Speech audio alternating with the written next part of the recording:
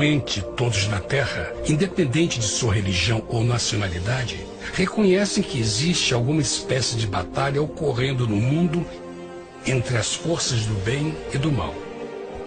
Uma luta colossal entre a luz e as trevas, a verdade e o erro, a opressão e a liberdade, o bom e o mal, e finalmente, a vida e a morte. Qual é a história por trás deste evidente paradoxo?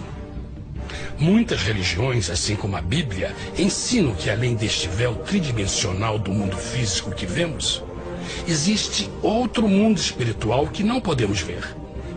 Nesta realidade invisível ao nosso redor, se desencadeia uma batalha titânica entre o herói supremo e justo contra o vilão mais cruel e maligno. A grande pergunta é: quem são esses personagens e como e onde começou esta crise cósmica?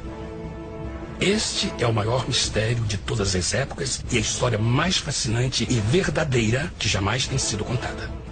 Esta crise envolve cada pessoa sobre a Terra. Sim, cada pessoa.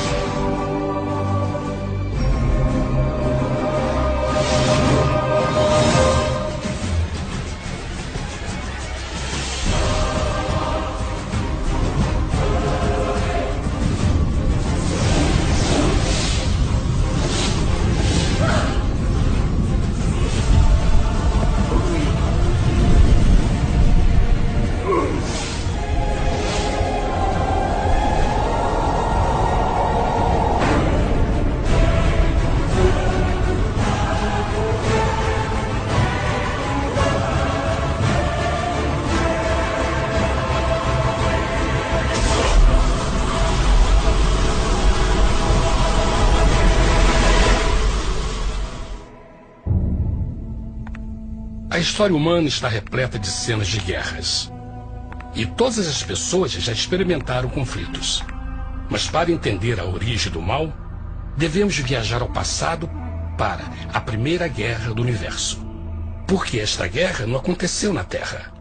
Antes que o nosso mundo existisse, houve uma guerra no céu.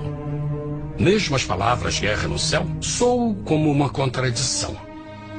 É quase inimaginável para nós que pudesse haver batalhas e conflitos entre as criações de Deus no paraíso. O que pode ter causado este conflito celestial?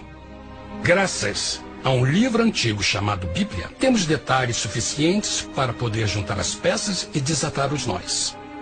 Mesmo que trágica, é uma extraordinária e bela história de amor que vai desde o princípio dos tempos até tocar pessoalmente a você, a mim e a cada indivíduo na Terra. Nossa história começa há muito tempo atrás na capital do universo. Em um lugar chamado Céu, que estava repleto de seres angelicais que amavam fazer a vontade de Deus.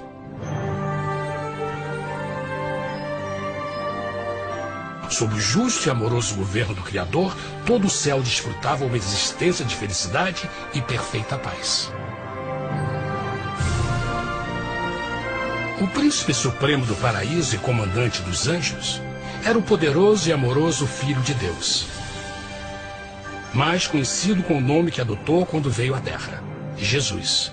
Ele tinha o mesmo propósito e pensamento com Deus, o Pai. O céu, sob o comando compassivo do Pai, Filho e Espírito Santo, provou ser um maravilhoso lugar de paz e alegria.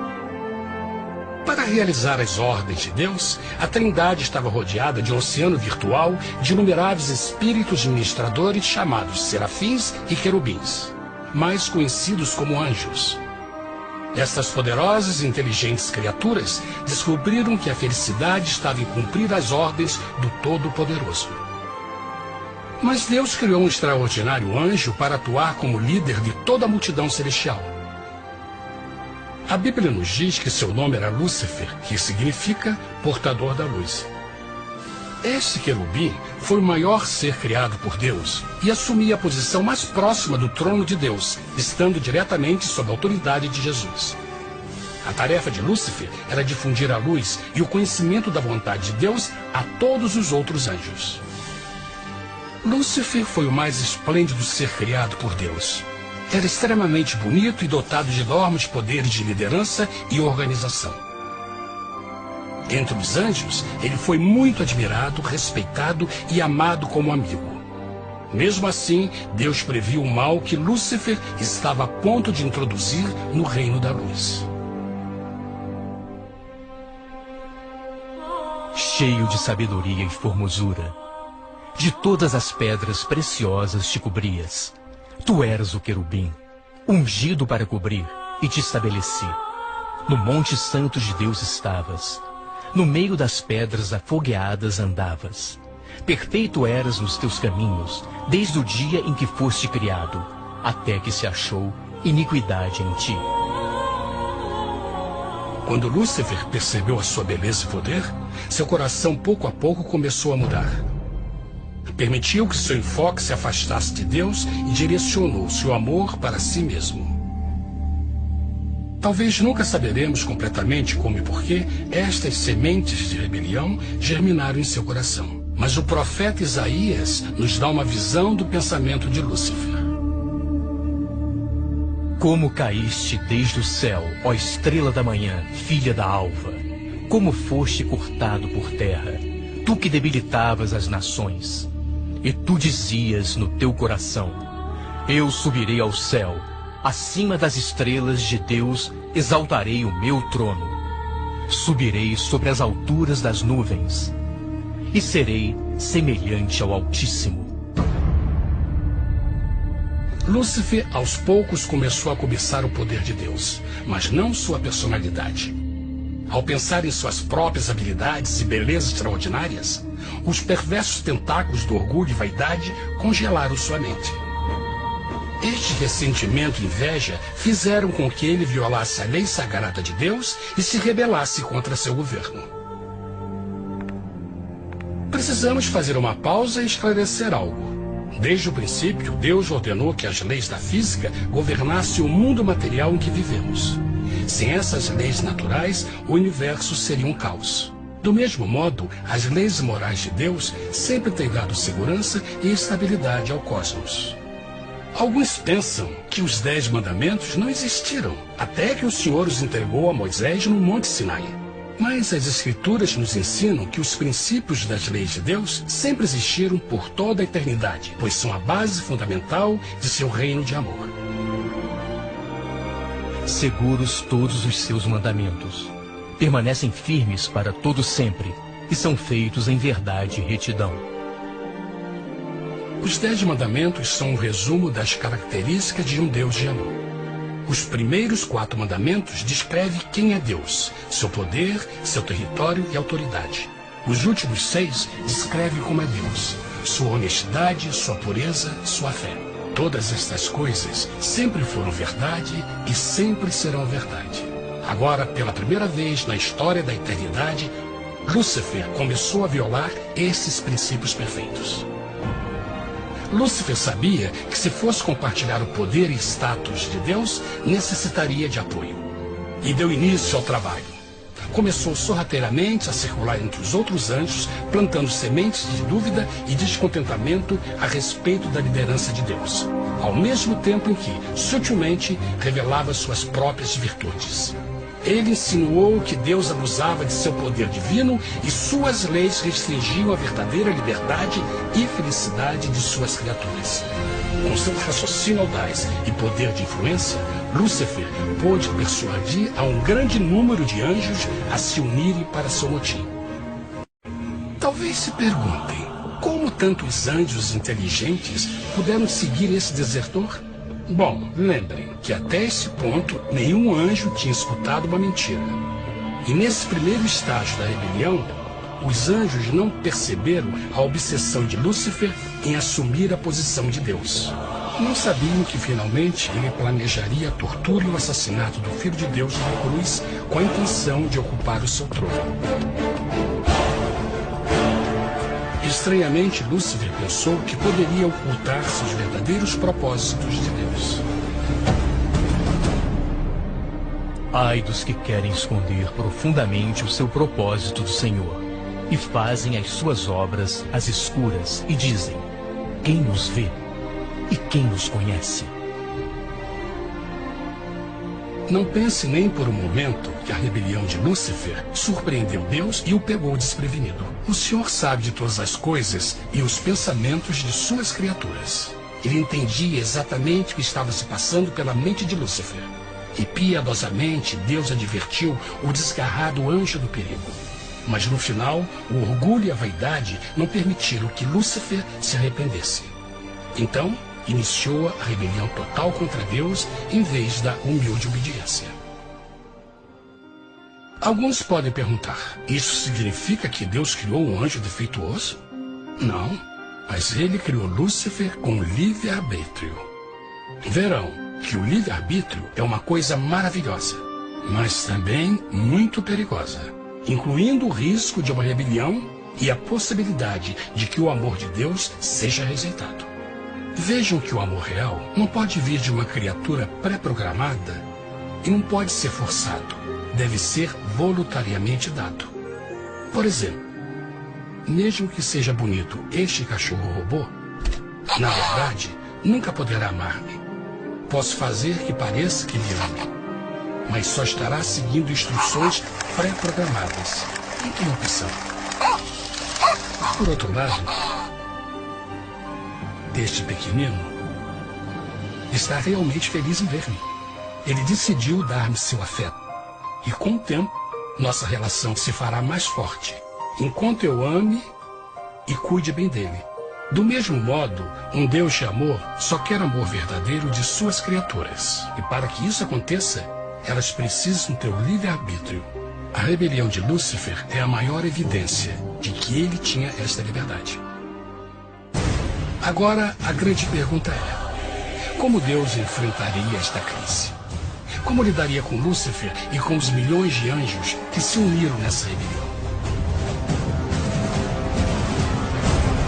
Muitos questionam por que Deus não acabou imediatamente com a rebelião.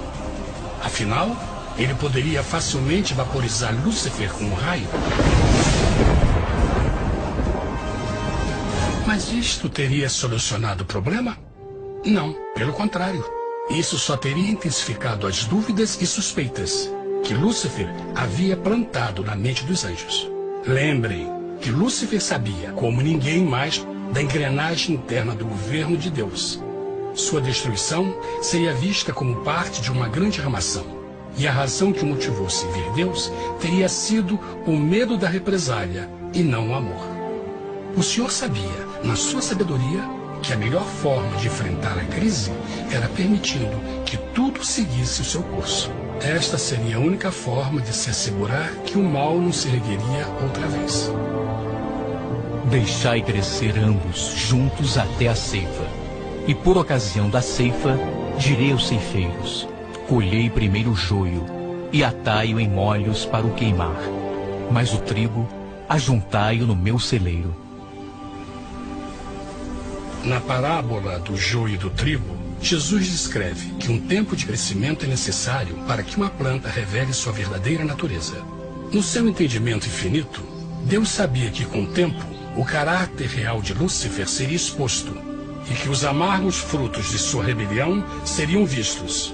Até agora, os cidadãos do universo não estavam familiarizados com o pecado e até onde os levaria. Mas isso mudaria quando eles vissem por si mesmos sua terrível natureza autodestrutiva. Afinal, a sabedoria e o amor do governo de Deus seria para sempre confirmado e o universo estaria seguro. Quando Lúcifer e seus seguidores revelaram abertamente sua rebelião, o Senhor soube que não haveria paz se permitisse que eles ficassem no céu. Deveria impor um limite, entrar em ação e enfrentar os rebeldes. Mas Lúcifer e seus seguidores nunca sairiam por vontade própria ou pacificamente. O passo seguinte foi a guerra. E houve batalha no céu. Miguel e os seus anjos batalhavam contra o dragão. E batalhavam o dragão e os seus anjos. Mas não prevaleceram, nem mais o seu lugar se achou nos céus. E foi precipitado o grande dragão, a antiga serpente, chamada o Diabo e Satanás, que engana todo mundo. Ele foi precipitado na terra, e os seus anjos foram lançados com ele. A Bíblia não revela exatamente que tipo de armas foram usadas durante este conflito cósmico. Mas esta guerra foi como nenhuma guerra que os olhos mortais já viram. Apocalipse 12:4 nos diz que finalmente Lúcifer e 1/3 dos anjos de Deus foram expulsos do paraíso.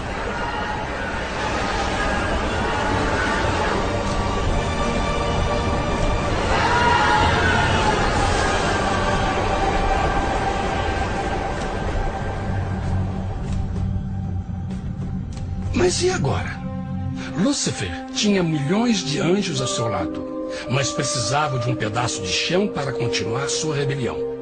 Rápido, muito rápido, o universo começou a entender o quão doloroso e caro o pecado poderia chegar a ser. Mas a guerra não tinha terminado. Apenas começava. Lúcifer, o portador da luz, agora virou Satanás, o adversário.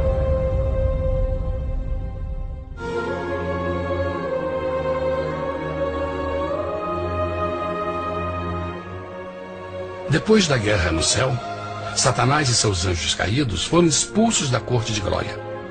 Por um tempo, o diabo e seus demônios vagaram pelo universo buscando inutilmente mundos que se compadeceram e se uniram à sua rebelião. Enquanto isto, o coração de Deus sentia intensamente o vazio que deixou a perda de Lúcifer e seus anjos. Então o Pai, o Filho e o Espírito Santo retomaram o seu trabalho favorito, o maravilhoso trabalho da criação. Decidiram fazer um mundo novo, pleno, com muita variedade e diversas criaturas de amor. Este novo mundo seria único, porque as criaturas principais seriam feitas à imagem de Deus. Para eles, o Senhor também daria o domínio deste planeta novo, que conhecemos como Terra. No princípio, Deus criou a terra.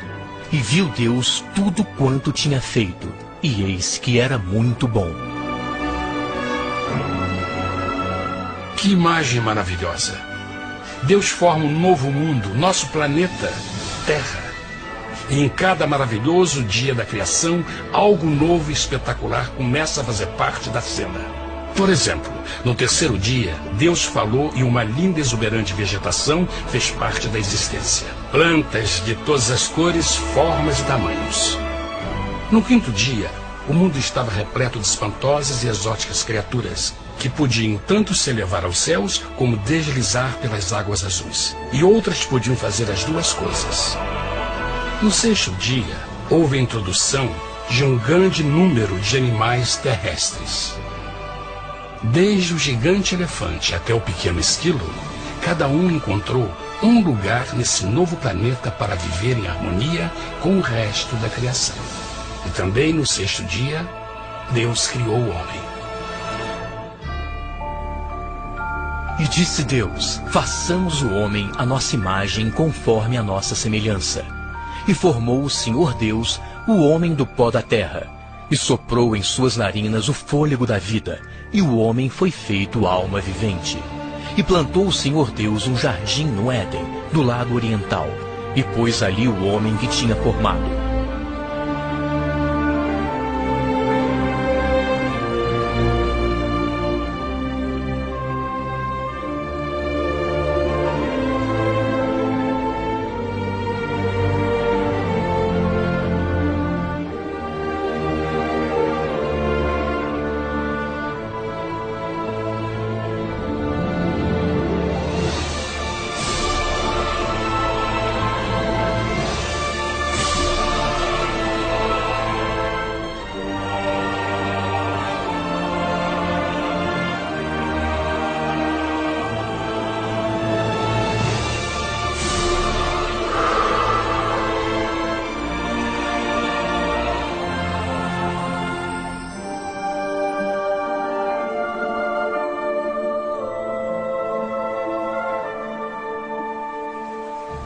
Mas que grande honra ser criado à semelhança de Deus, ser um indivíduo com liberdade de pensamento. No princípio, o homem não percebia a sua nudez. Provavelmente porque antes do pecado ele estava vestido de glória e luz.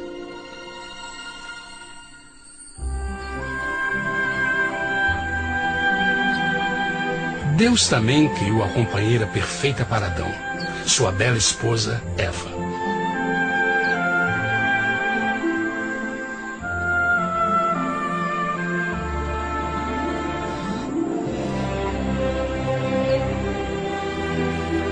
O feliz casal foi colocado em um magnífico jardim perfeitamente projetado para aumentar sua felicidade. Para Adão e Eva e as outras criaturas da terra, também foi dado o privilégio divino de procriar a sua própria imagem. A intenção de Deus foi que a raça humana tivesse domínio sobre este paraíso perfeito para sempre. Eternamente felizes e saudáveis, trabalhariam com a flora do jardim de Deus, enquanto desfrutariam o afeto e companhia de todas as criaturas sob seus cuidados. O ambiente que nossos primeiros antepassados experimentaram foi muito diferente do mundo de hoje. As rosas não tinham espinhos, os insetos não mordiam nem picavam, e os leões e as ovelhas brincavam juntos. Mas a grande bênção era os humanos viverem em perfeita harmonia com seu Criador. A cada 7 dias, Adão e Eva descansavam de seu prazeroso trabalho e gozavam de uma comunhão com a visita de seu Criador. Era um mundo esplêndido e maravilhoso. E esse estado de felicidade teria continuado eternamente se nossos primeiros parentes tivessem mostrado fidelidade com uma simples prova. Mas da árvore do conhecimento do bem e do mal, dela não comerás, porque no dia em que dela comeres, certamente morrerás. Visto que o adversário havia contaminado o universo com sua rebelião, o Senhor viu a necessidade de uma simples prova de amor e lealdade. Lembrem que os anjos bons acabaram de ver 1/3 de seus amigos serem expulsos do céu durante a guerra. Como estariam seguros de que esses novos humanos não se uniriam a Lúcifer e causariam problemas? Então o Senhor plantou uma árvore no jardim, uma árvore cujo fruto não deveria ser comido sob pena de morte. Ao passar por esta simples prova de obediência, Adão e Eva mostrariam a lealdade para com Deus e a fé em sua palavra. Ainda mais, era uma prova de amor. Por isso, Jesus disse em João 14, se me amais, guardais meus mandamentos. Mas alguém mais soube desta prova de fé e estava determinado a usá-la em seu favor. Satanás estava com inveja dos humanos que desfrutavam da bendita vida que ele perdeu. Sua feliz existência estava em total contraste com a sua, que agora estava cheia de culpa, pecado e miséria. Com ressentimento e raiva, não estava disposto a deixar o casal em paz, pois o pecado sempre buscará arrastar a outros consigo.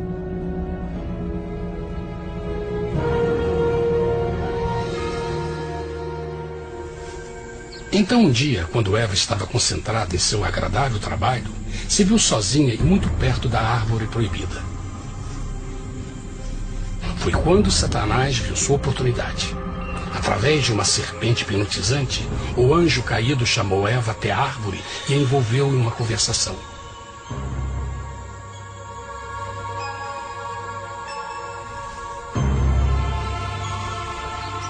Suas palavras encantadoras foram cuidadosamente calculadas para gerar desconfiança a Deus.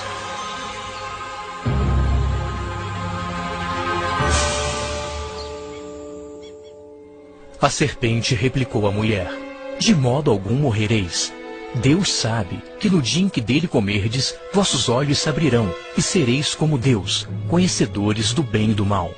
A mulher notou que a árvore era boa para comer, pois era atraente aos olhos e desejável para alcançar sabedoria. Colheu o seu fruto e comeu. Deu também ao seu marido, que comeu assim como ela. Tragicamente, quando Eva escutou a suave e sedutora voz do tentador, começou a ter certas dúvidas da palavra de Deus. A serpente enganou-o com a promessa de grande poder e sabedoria. Isso chamou sua atenção. Além disso, aparentemente o fruto deu à serpente a habilidade de falar. Que outros poderes poderia dar a ela? E mesmo tendo acabado de conhecer a serpente, ela confiou em sua palavra acima da de Deus, quem a criou, e lhe deu um paraíso para viver. Então Eva comeu o fruto proibido e convenceu seu esposo a fazer o mesmo. Adão poderia ter escolhido ser fiel a Deus, mas colocou seu amor pela esposa acima do seu amor por Deus. Quando os nossos primeiros parentes mostraram lealdade ao inimigo, o domínio da terra foi tomado por Satanás. Não sabeis que, vos oferecendo a alguém para lhe obedecer, vos tornais escravos daquele a quem obedeceis? Ninguém pode servir a dois senhores. Este mundo agora seria o último campo de batalha entre o bem e o mal, e o coração de cada homem e mulher seria o prêmio. Adão e Eva não se deram conta desse tempo, mas seu momento de desconfiança e desafio abriria as comportas de sofrimento de milhões de pessoas durante milhares de anos.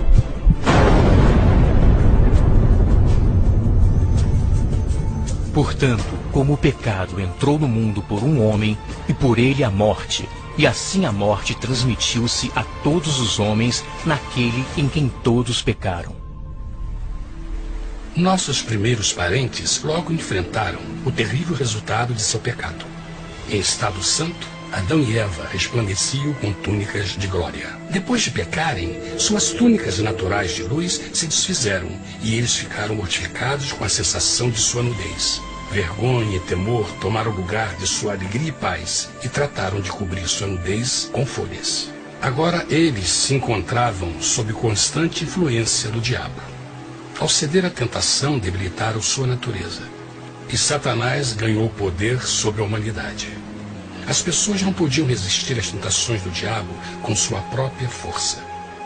Por último, e o mais aterrador, se encontravam vivendo sob a pena de morte iminente. Deus havia advertido que a desobediência traria a morte. Já tinha experimentado a morte espiritual. Quanto tempo passaria para sofrerem a morte física também? Nesse ponto, seu futuro não tinha nada mais que escuridão e desespero. Tendo expulsado o homem, colocou diante do jardim do Éden os querubins com o cintilar da espada flamejante, para guardar o caminho da árvore da vida.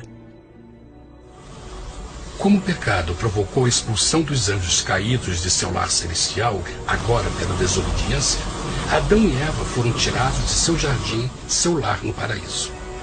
Tudo à sua volta estava mudando rapidamente, e a humanidade se encontrou suscetível às dores, doenças e finalmente à morte. Até os animais e plantas estavam infectados pela terrível maldição. Os espinhos e cardos agora pareciam árvores e flores, e os animais que antes eram gentis começaram a se matar e a devorar uns aos outros. O pior resultado foi que o pecado separou a humanidade de Deus. Mas vossas iniquidades cavaram um abismo entre vós e vosso Deus. São vossos pecados que ocultaram de vós sua face, para não vos escutar. Na criação, foram dados a Adão e Eva a honra de falar com os anjos, e até com o Filho de Deus cara a cara. Mas Deus é tão puro e santo que nenhum mal pode existir na sua presença. Agora que os primeiros humanos tinham pecado, Deus afastou sua santa presença deles para a sua própria proteção. O pecado tinha queimado uma parte da alma do homem que já não podia ver a dimensão espiritual. Deste momento em diante, a comunicação com o céu seria limitada. Mesmo com todas estas maldições caindo sobre Adão e Eva, o coração do Senhor se encheu de compaixão. A lei que haviam violado não poderia ser alterada para salvá-los, pois é tão sagrada e imutável como Deus mesmo. O Senhor sabia que havia só uma maneira na qual o homem podia se redimir. Então um plano foi revelado, nascido do fundo do coração de Deus. Um plano para salvar o homem de seu encontro com a morte eterna e restaurar tudo que estava perdido com o pecado. Seria de grande intensidade, alcance e poder, mas seria um plano que também implicaria num enorme sacrifício. O amor de Deus para conosco se manifestou por ter enviado ao mundo seu Filho unigênito, a fim de vivermos por ele. Nisso consiste o amor, não em termos nos amado a Deus, mas em ele nos ter amado e enviado seu Filho para se sacrificar por nossos pecados. As Escrituras claramente ensinam em Romanos 6:23, o custo do pecado é a morte. A lei violada demandava a vida do pecador e só tinha um em todo o universo qualificado como substituto da humanidade. O Criador só podia pagar a dívida de suas criaturas tomando seu lugar. Então Jesus Cristo, o Filho de Deus, concordou em deixar a pureza, glória e segurança do céu. Ele viria para morrer em nome do homem em seu malvado e renegado planeta. Ele nasceria como um inocente e indefeso bebê, suportaria uma vida de dor e vergonha e mesmo assim viveria uma perfeita e vitoriosa vida. Finalmente, ele teria uma morte humilhante para poder ser o substituto da humanidade caída. Por seu sacrifício, a humanidade incrivelmente receberia uma nova oportunidade de ter a vida eterna. Seu sangue seria o resgate para um mundo raptado por Satanás. Este maravilhoso plano de redenção foi graficamente ilustrado no sistema de sacrifício de animais ordenado por Deus depois da queda do homem. O Senhor tinha avisado Adão e Eva que iriam morrer no dia em que comessem do fruto proibido. E como que permaneceram vivos? A Bíblia nos diz que imediatamente depois do pecado, Deus providenciou roupas na forma de peles de animais. É bom notar que o Apocalipse se refere a Jesus Cristo como a ovelha que foi morta desde o princípio do mundo. Isso indica que uma ovelha foi sacrificada no mesmo dia para prevenir suas mortes imediatas. Pela fé, neste sacrifício, suas mortes foram simbolicamente transferidas deles para a criatura inocente. A ovelha certamente era a representação de Jesus. Assim, um raio de esperança foi dado em uma situação de escuridão e desespero. Através do arrependimento e a fé no sangue do Messias, qualquer humano poderia uma vez mais ser filho de Deus. Mas mesmo com este grande plano para a humanidade, Satanás ainda tinha o domínio da terra. E a vida na terra não estava fácil. No mundo haveis de ter aflição, mas coragem, pois eu venci o mundo. Naturalmente, muitos se perguntam, como um Deus amoroso e poderoso permite dores e sofrimentos no nosso mundo atual? Mas está claro desde o Gênesis que Deus nunca quis que nós tivéssemos o conhecimento da dor dessa vida. Quando o mundo saiu das mãos de Deus, a terra era um maravilhoso paraíso. Foi o pecado de Adão e Eva que deu a Satanás o direito de assumir o controle deste planeta. Devido à sua trágica eleição, o diabo e seus súditos ganharam o poder de tentar e atormentar os humanos, introduzindo a doença, a dor e o sofrimento. Talvez fosse melhor perguntar: por que Satanás não tem o controle total da humanidade? A resposta é Jesus Cristo. Talvez já perceberam que a morte de Jesus na cruz deu a cada um de nós a oportunidade de sermos salvos, mas na verdade fez muito mais do que isso. Quando o Salvador ofereceu sua vida para redimir a terra, esse ato poria restrições ao controle de Satanás sobre a humanidade. Satanás não poderia forçar nossa vontade e seu poder de nos ferir seria limitado. O sacrifício de Cristo também nos trouxe um tempo de prova, durante o qual poderíamos ver a diferença entre o governo de Deus e o de Satanás, e então decidir a quem servir. Finalmente, pelo sacrifício que fez Jesus, o reino de Satanás chegará ao seu final, e um dia a terra será devolvida ao homem mais maravilhosa do que era no princípio. Mesmo Adão e Eva tendo começado suas vidas como exilados do paraíso, ainda tinham esperança. Deus providenciou peles de animais sacrificados para se cobrirem. Mas o mais importante, ele prometeu o sangue do Cordeiro de Deus para pagar por seu pecado, se aceitassem Cristo e se arrependessem. Uma grande pergunta permanece: as pessoas aceitaria o grande presente de Deus? Como escaparemos se agora desprezarmos a mensagem tão sublime da salvação? A incrível história que acabaram de escutar é verdade e afeta vocês. Pois, pelo desejo de Satanás de ser Deus e a desconfiança e desobediência de Adão e Eva, todos nós nos encontramos em uma situação perigosa. De um lado, a humanidade foi grandemente favorecida por Deus com uma segunda chance de recuperar nosso lugar no Éden. Por outro lado, se nós desistirmos de aproveitar esta grande chance, nos tornaremos escravos de Satanás e finalmente seremos destruídos quando Deus limpar o universo do pecado. Amigos, não há melhor hora de fazer sua escolha por Jesus do que agora mesmo. Nenhum de nós sabe quanto tempo mais teremos que viver nesta terra.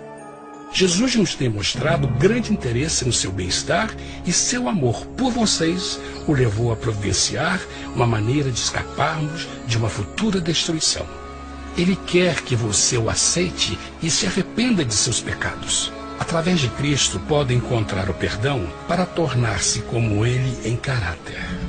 A triste notícia é que Satanás atua de todas as formas possíveis para evitar que aceite o presente da salvação de Deus. Devido à nossa rotina da vida, o amor ao dinheiro ou alguma outra distração fascinante, ele trabalha para manter a todos ocupados e afastados do que, na realidade, mais importa, sua salvação eterna. Para que entenda a realidade da situação e que se você não escolhe a Jesus por omissão, está escolhendo a Satanás. Mesmo que a terrível escolha de Adão e Eva nos traga morte e miséria, vocês agora podem tomar uma melhor decisão. Deus está oferecendo uma paz que satisfaz o anseio mais profundo de sua alma e uma alegria que não encontrará nas atribulações deste mundo. O desejo que tem o coração de Deus é que seja salvo e esteja com Ele no paraíso. Mas o único que pode mantê-lo fora do céu é você.